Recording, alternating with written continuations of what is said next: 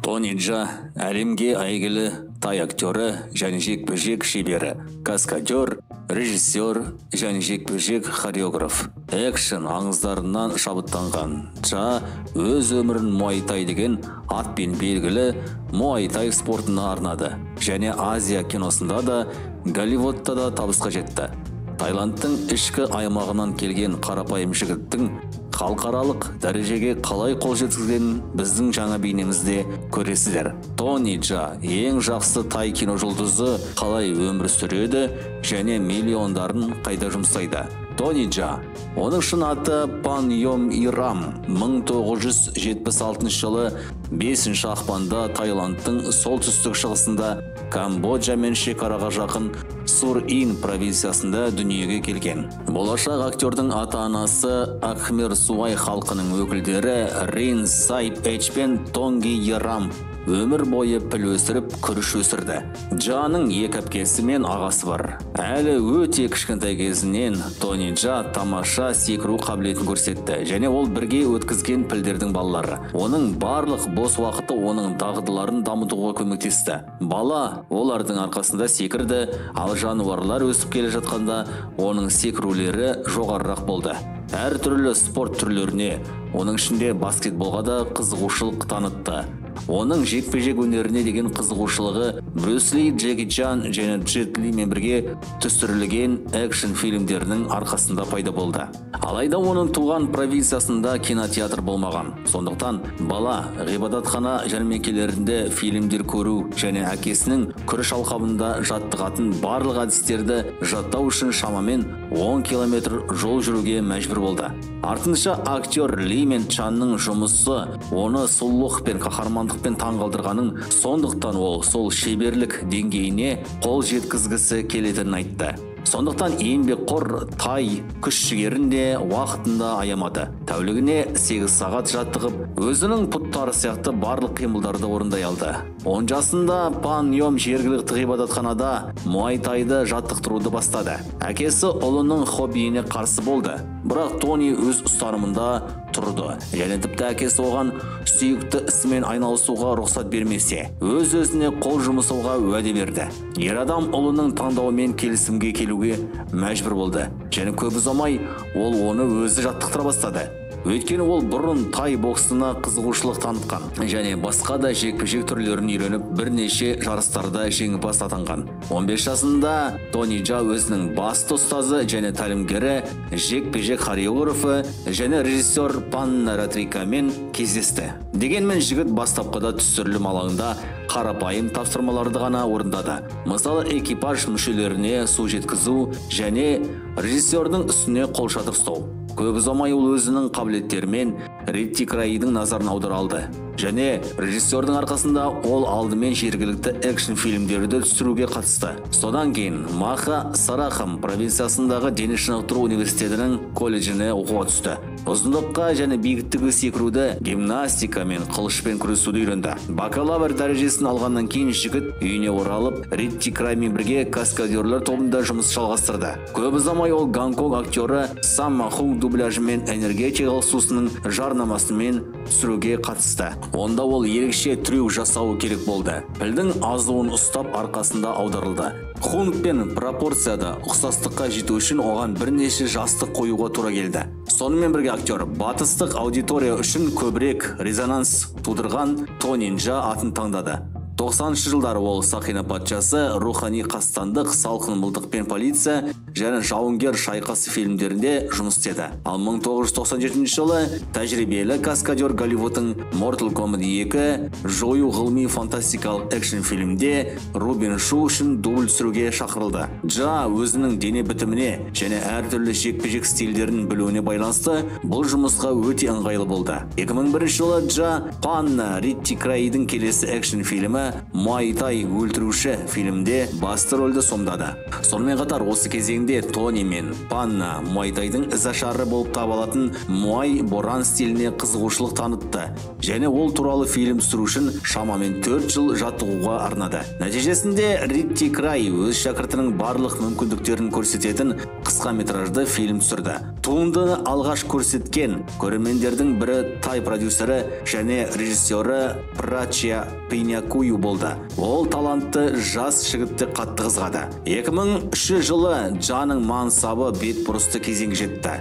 Таиланд, Гонконг және Франция бірлесіп түсірген Ong Bak экшн фильмі жарыққа шықты. Режиссер Пинка Аю фильмде Тони қарақшылар ұрлап кеткен Будда мүсінінің басын кез келген жағдайда туған ауылына қайтаруы керек жас жекпе-жек шебер ретінде көрінеді. Тинк рөлі үшін Тони серпіліс болды және Тайдың арнайы эффектілерді қолданбай ең қауіпті трюктерді орындай қабілетінің арқасында бүкіл әлем ол туралы азиялық экшн фильмдерінің жаңа жұлдызы ретінде айта бастады. Сонымен қатар актер The Strain Entertainment Award сыйлығын үздік ер адам рөлі үшін жеңіп алды. Сонымен қатар Таиландтық ұлттық кино қауымдастығының сыйлығына ұсынылды. Фильмде Джа экстремалды акробатика мен жылдам бей тәрізді қимылдарды біріктіріп, өзінің ерекше стилін көрсетті. Дегенмен, біраз жарақаттар болды. Актер байламдарын зақымдап тобығын созған. Оның үстіне жекпе-жектердің бірінің түсірілімі кезінде Тонидің шалбары жанып кеткен. Сұхбатында ер адам қатты күйіп қалған мойындады. Өйткені жалын жоғарғы қарай тез таралып, қасы, кірпігі мен мұрнымен ән салып, өзінің барбекю етіндей сезімтті. Барлық трюктар дұрыс болу үшін тағы бірнеше рет түсіру керек болды. Актер бұл көріністі мансабындағы ең қауіпті деп санауы ғажап емес. Тонидің айтуынша, Ong Bak Таиландқа және бұрын жұртшылыққа беймәлім болған жергілікті таланттарға лайықты назар аударуға көмектесті. Бұл ретте Джа Таиландтың Сахаманкол фильм студиясымен 10 жылдық эксклюзивті келісім шартқа отырып, басшылықтың қалауы бойынша айына $1600 сыйақы алатын. Алайда актердің менеджері кейіннен келісім шарт ешқашан заңды емес деп мәлімдеді, және компания оны алаяқтық жолымен 2023 жылға дейін ұзартқысы келді. Бұл Тониге Таиландтан тыс жерде жұмыс істеуге кедергі келтіріп, оның қаламақысының бір бөлігін талап етті. 2004 жылы Джа Панна Ретрикрияның оққағар экшн комедиялық фильмде эпизодтық рөлді ойнады. Ал 2005 жылы Прача Пинкаюдың Айдахардың құрметі жаңа хиті шықты. Оның өндірісінде ақш, Франция және Гонконг өнер көрсетті және қатысты. Фильмдегі рөл үшін Джа ұлттық кино қауымдастығының құрметті марапатына ие болды. Фильм браконьерлер Тай отбасының піл мен пілдің баласын ұрлап алып, оларды Сиднейге қалай жеткізгені. Бірақ Тони ойнаған Кам есімді қорықпайтын жігіт Австралияға қылмыскерлермен бетпе-бет келіп, әділдік іздеуге барғаны туралы баяндайды. Джа жануарлардың, атап айтқанда пілдердің контрабандасы тақырыбы оны қатты мазалайтын. Өйткені ол осы таңғажайып тіршілік иелерімен бірге өсті. Актер адамдардың табиғатты сақтауға және оны қорғауға міндетті екеніне сенімді. Өйткені ол әр адамның әлемінің бір бөлігі. Көп ұзамай актер осы аттас компьютерлік ойынға өзінің кейіпкерінде айтты. 2006 жылы Тони Джа Нью-Йоркке қорғаушы фильмін насихаттау үшін барды. Дәл осы атауымен Айдахардың құрметі американдық кинотеатрлы көрсетілді. Тайға қалдырған ең жарқын әсерлердің бірі кино тарихына арналған қозғалмалы бейне мұражайына бару. Нәтижесінде қорғаушы жаһандық кассетадағы ең табысты тай фильм болды. Ал халықаралық турлар мен фильмнің тұсаукесері сансыз болды. Актердің айтуынша бұл кезең шынымен де қызықты болды. Бұл ретте Сахаманкол фильм компаниясы Тони мен қылыш деп аталатын басты рөлдегі жаңа фильм туралы хабарлады. Бірақ актер мен Прача Панкю арасындағы келіспеушілік салдарынан Тайдың екі қылышпен жекпе-жек өнері туралы фильм ешқашан түсірілмеді. 2007 жылы Джа оққағар фильмнің екінші бөлігінде көрінді. Ал 2008 жылы Тай сценарист, режиссер және продюсер ретінде өзінің дебютін жасады. Панна Ритти Краймен бірге Ong Bak 2 бәсекесіз экшн фильмін басқарды. Жаңа фильмнің сюжеті алайда бірінші бөлімне ешқандай да байланысы жоқ және Таиландтың алыс өткен туралы баяндайды. Тони әкесінің өлімі үшін патшадан кек алуды ойлаған. Тай Ан жауынгері ойнады. Өзінің жұмысы үшін актер Таиландтық ұлттық кино қауымдастығының сыйлығына ұсынылды. Сонымен қатар бірнеше басқа марапаттарға ие болды. Актер жекпе-жек өнерінің әртүрлі стильдеріндегі керемет шеберлігімен көрермендерді тағы да таңғалдырды. Сонымен қатар, Джанның қатысуымен түсірілген фильмдер оның кумирі Джеки Чанның назарын аударды. Ол американдық режиссер Брэд Реннердің Rush экшн комедиясында тай рөлін сомдауды сұрады. Чай Джаны барлық экшн жұлдыздардың ішіндегі ең жақсы деп санайтынын мойындады. Бірақ Тони Час Пик 3 және Оңбақ 2 фильмдерінің түсірілім кестелерінің қайшылықтарына байланысты ақш-та жұмыс істеуден бас тартуға мәжбүр болды. 2010 жылы Оңбақ 3 шықты. Онда Тони Джа мен Панна Риттик-Рай қайтадан болды. Жазушылар, режиссерлар және продюсерлер. Фильмде Джа кейіпкері қатыгез патшаға қарсы күресін жалғастыруда.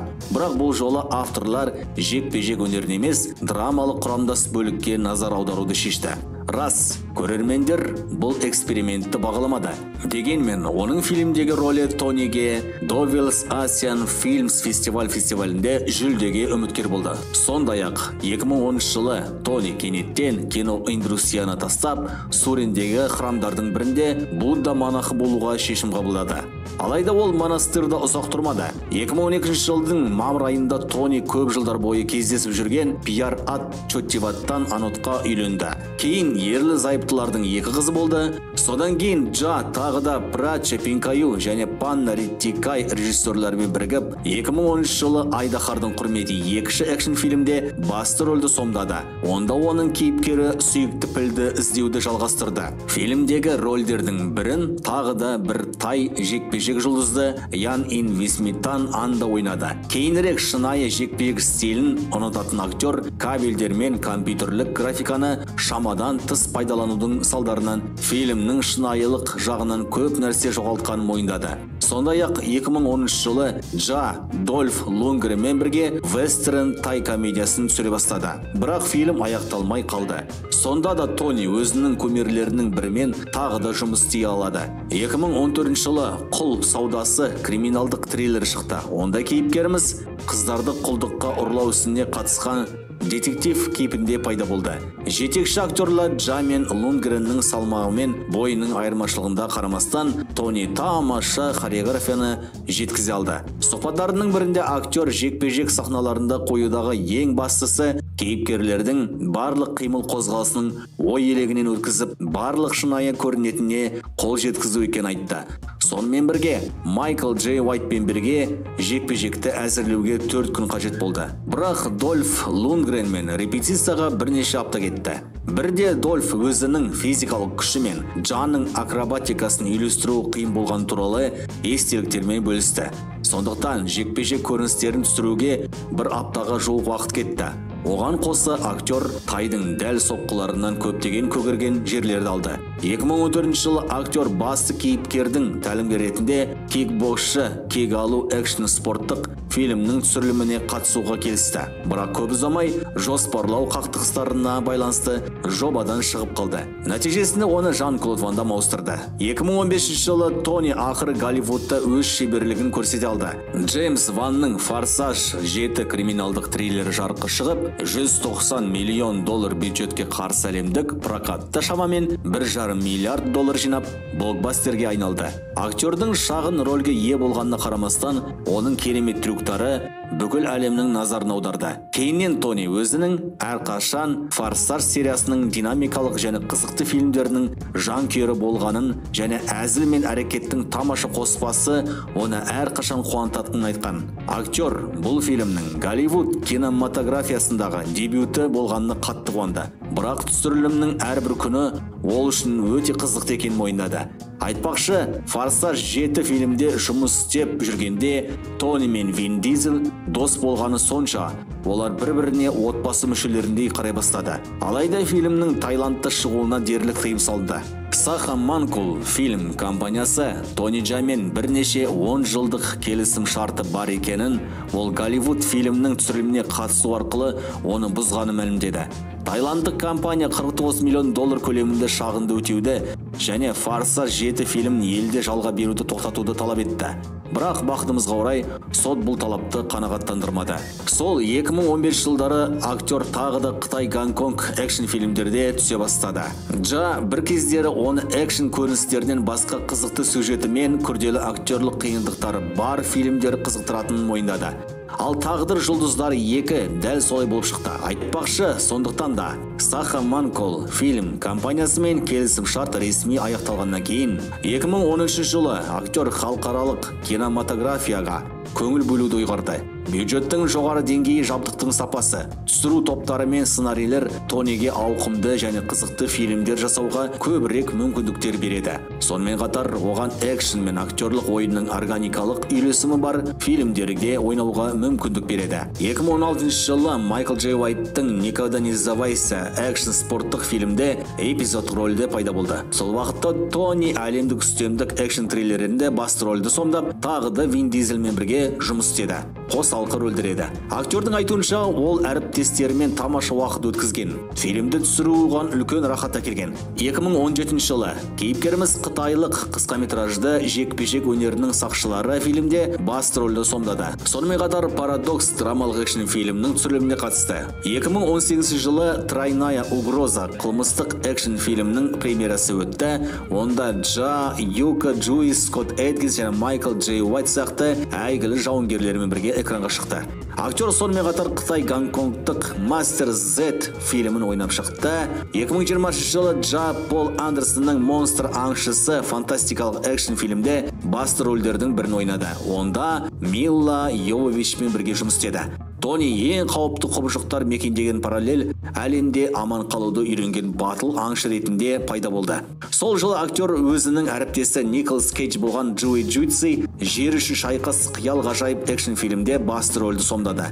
Ал 2021 жылы қытайлық детектив Чайнатаун 3 комедиялық фильмде детектив рөлін сомдады. Ол табыс әкелді. Кассада шамамен $700 миллион. 2023 жылдың қыркүйегінде көптен күткен голливудтық «Неудержимые» 4 экшн фильмінің премьерасы өтті. Онда Тониге Сильвестр Сталлоне, Джейсон Стэтхэм, Дольф Лундгрен, 50 Cent және Меган сияқты бірқатар әлемдік жұлдыздармен жұмыс істеу бақыты бұйырды. Қазіргі уақытта Джоның байлығы $12 миллион бағаланады. Бұл оған сәнді көліктерге, мысалы 200 мыңға сұр түсті Lamborghiniге ие болуға мүмкіндік береді. Қазір актер әйелі және 2 қызымен бірге Бангкоктағы сәнді үйде тұрады.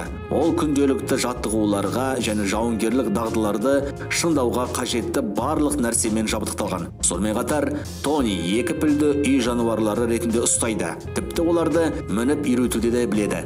Актерді бірнеше рет жарнамадан көруге болады. Онда ол өзінің шеберлігін көрсетті. Осылайша 2006 жылы Джа Mitsubishi Motorsке арналған бейнеде пайда болды. Сонымен қатар, атты айдахор көзі деп аталған Launch On жемісінің жарнамасында ойнады және өзінің бүкіл ақысын тайландтық фермерлерге берді.